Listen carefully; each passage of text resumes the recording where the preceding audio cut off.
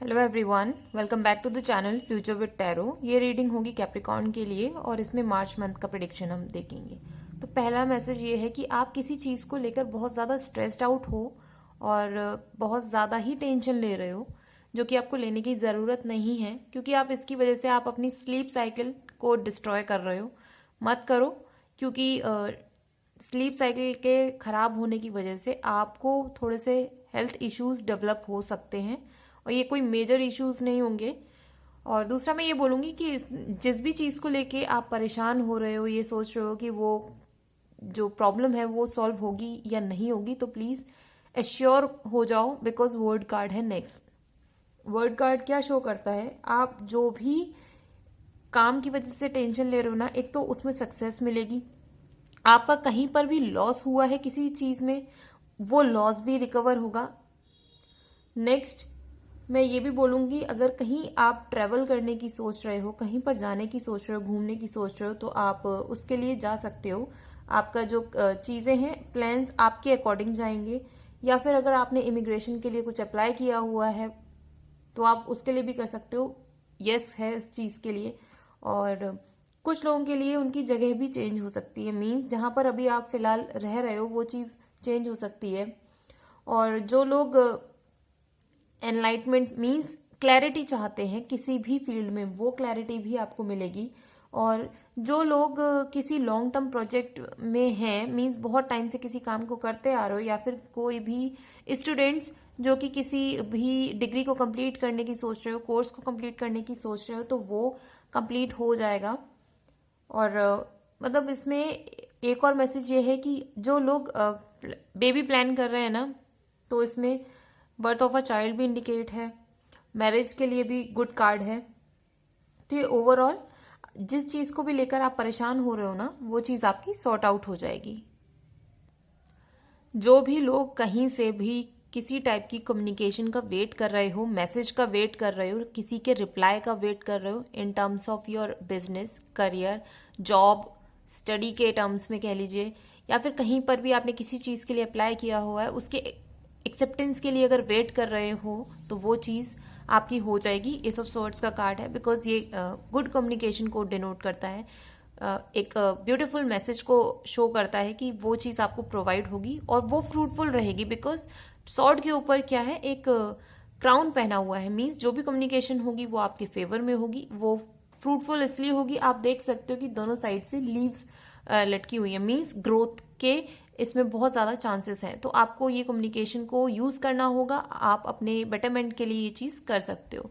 Next card क्या है? जो भी कम्युनिकेशन आपको प्रोवाइड हो रही है ना, कुछ लोग जिनकी वजह से ये काम हुआ होगा, आप उनके साथ अगर आपकी फ्रेंडशिप है, तो वो फ्रेंडशिप आपकी एक पार्टनरशिप में कन्वर्ट हो सकती है। ये पार्टनरशिप आपकी बिजनेस के टर्म्स में भी हो सकती है, करियर वाइज भी हो सकती है, मीन्स और दूसरा ये भी हो सकता है कि आप उनके साथ कमिटेड रिलेशनशिप में भी जा सकते हो। तो ये ओवरऑल दोनों कार्ड्स को अगर हम कंबाइन करके देखते हैं, तो ये जो है ना, आपका जो भी पार्टनरशिप क्रिएट होगी वो आपको बहुत ज्यादा स्ट्रेंथ प्रोवाइड करेगी। बिकॉज एक तो खुद आप अपने जो एफर्ट्स लगा रहे हो वो आपको ग्रो कर रहे हैं, और जो सामने वाला पर्सन आपके साथ कनेक्ट होगा ना, वो ऑलरेडी उस पोजीशन पे है जहां पर उनको मेंटल क्लैरिटी है, वो खुद स्टेबल है, उन्हें पता है कि उनको कितना इमोशनली मतलब बैलेंस है उनकी लाइफ में, और सामने से वो क्या एक्सपेक्ट करते हैं, मतलब क्लैरिटी है उन्हें अपनी चीजों में भी। तो जब ऐसे लोग जब कंबाइन हो जाते हैं ना, तो जो उनका रिलेशन होता है वो भी बहुत पावरफुल रिलेशन होता है और स्ट्रेंथनिंग रिलेशन होता है। अगर आपको कभी भी किसी चीज की प्रॉब्लम आए, या मतलब आपको कोई चीज डिस्कस करनी हो, तो आप उस चीज को लेकर झिझकोगे नहीं, आप एक दूसरे के साथ मिलकर ना बातचीत करोगे, सॉल्यूशन निकालोगे। तो इस टाइप की पार्टनरशिप आपकी क्रिएट होने वाली है। नेक्स्ट आपका जो कार्ड है 9 ऑफ पेंटिकल्स का है, तो इट मीन्स के स्पिरिट गाइड्स की तरफ से, या ये कह लीजिए आपके यूनिवर्स की तरफ से आपको कोई ना कोई फाइनेंशियल टर्म्स में आपको कोई मैसेज मिल सकता है, या ग्रोथ मिल सकती है, या छोटा सा कहते हैं ना कि प्रोजेक्ट ऐसा मिल जाएगा जो कि आपको और ग्रो करने के लिए हेल्प करेगा। और वो फाइनेंसेस आपको इतना ज्यादा हेल्प करेंगे कि आप उससे और भी अपने, अगर छोटे छोटे बिजनेस आप ओपन अप करना चाहते हो तो वो भी कर पाओगे। कुछ लोग अगर घर लेना चाहते हो, वो भी पॉसिबिलिटी है। बट ये डिपेंड करेगा आपके पूरे पूरे एफर्ट्स पे और आपकी मेंटल क्लैरिटी पे जो कि इस टाइम पर आपको प्रोवाइड हो रही है। नेक्स्ट मैसेज मैं आपको ये बोलूंगी कि 2 कार्ड का कॉम्बिनेशन है, डेथ और जस्टिस का। तो सबसे पहले जो भी यहाँ पर मैं मैसेज देने वाली हूँ, ये प्रॉपरली आपके जो भी एक्शंस होंगे ना उस पर डिपेंड करेंगे। पास्ट में जो एक्शंस थे, अब ये आप अपने अकॉर्डिंग देखिएगा कि आपके अकॉर्डिंग क्या चीज सही है आपके लिए। ठीक है, सबसे पहले अगर आप अपनी लाइफ में किसी भी नेगेटिविटी से जूझ रहे हो, एक तो जस्टिस क्या करेगा, अगर आपके एक्शंस उस टाइम पर सही थे और आप जो भी नेगेटिविटी है वो दूसरे की वजह से लाई हुई है तो वो रिमूव हो जाएगी। अगर आपकी वजह से भी है तो वो भी रिमूव होगी। बट अगर आप ये सोचो कि वो ऐसे ही रिमूव होने वाली है, मीन्स आपको ना यूनिवर्स फोर्सफुली एक लेसन जरूर सिखाया जाएगा कि आप दोबारा से ये गलती ना करें। तो इसमें डरने की कोई जरूरत नहीं है। इट्स जस्ट अ लेसन कि आप उस चीज से सीख लें और फिर अपनी लाइफ को आगे बढ़ाएं। और ये जो आपकी लाइफ में प्रॉब्लम आई थी, जिस भी रीजन से आई थी, वो दोबारा आपकी लाइफ में ना आए। और कुछ लोगों को अपने हेल्थ के ऊपर ध्यान देने की बहुत ज्यादा जरूरत है, क्योंकि डेथ का कार्ड हमेशा ही डेथ नहीं होता है। ये थोड़ा सा होता है कि आपकी जो चीजें हैं ना थोड़ी सी टाइम लेने लगती हैं।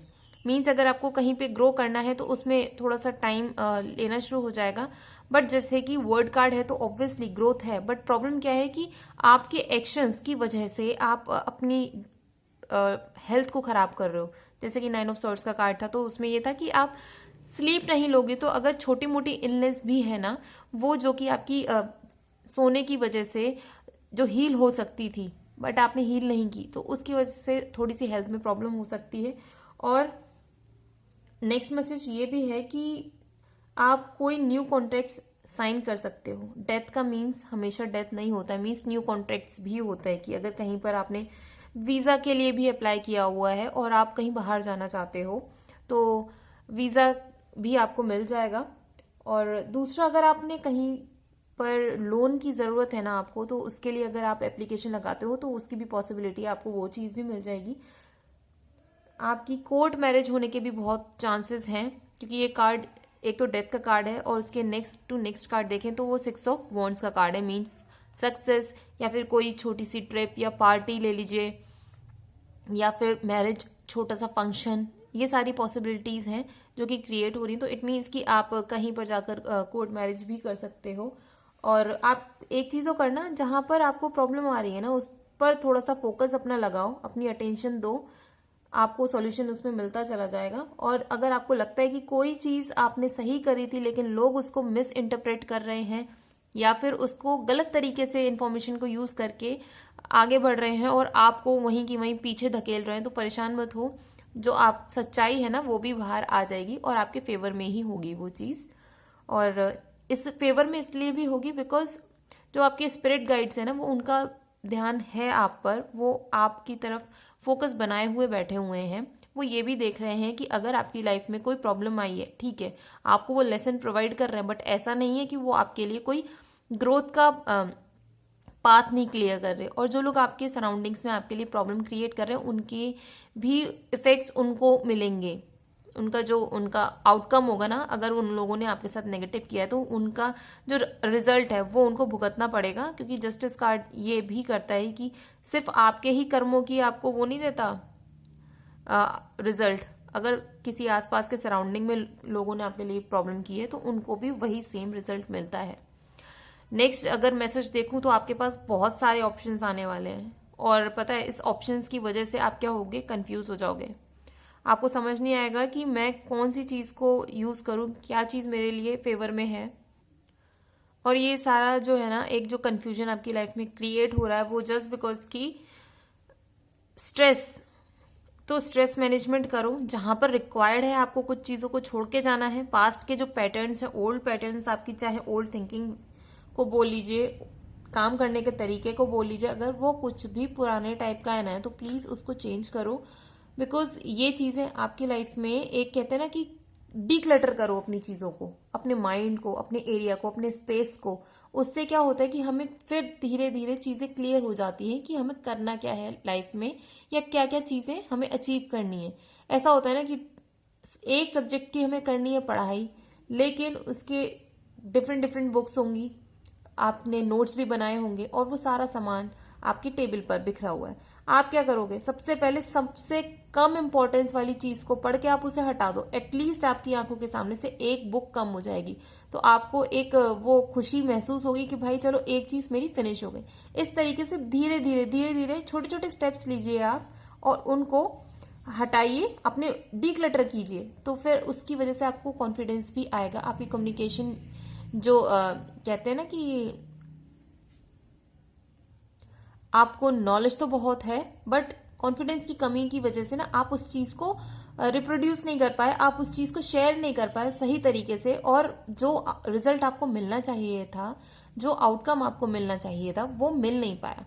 ठीक है, overall reading as such negative नहीं है, जो भी आउटकम है वो आपके फेवर में ही होगा अगर आप पॉजिटिव स्टेप्स लेते हैं। स्ट्रेस लेने की जगह आप उस स्ट्रेस को कैसे कम कर सकते हो उस पे काम करो। और वर्ड कार्ड आया है, डेथ कार्ड आया, तो ये ओवरऑल नेगेटिविटी नहीं बोलूंगी, बहुत सारी चीजों में आपके लिए प्रॉफिटेबल कार्ड है। तो अपनी चीजों को क्लियर रखो, अपने माइंड को शांत रखिए। और ये रीडिंग अगर आपके साथ रेजोनेट की हो तो do like, share, comment and subscribe to my channel future with tarot.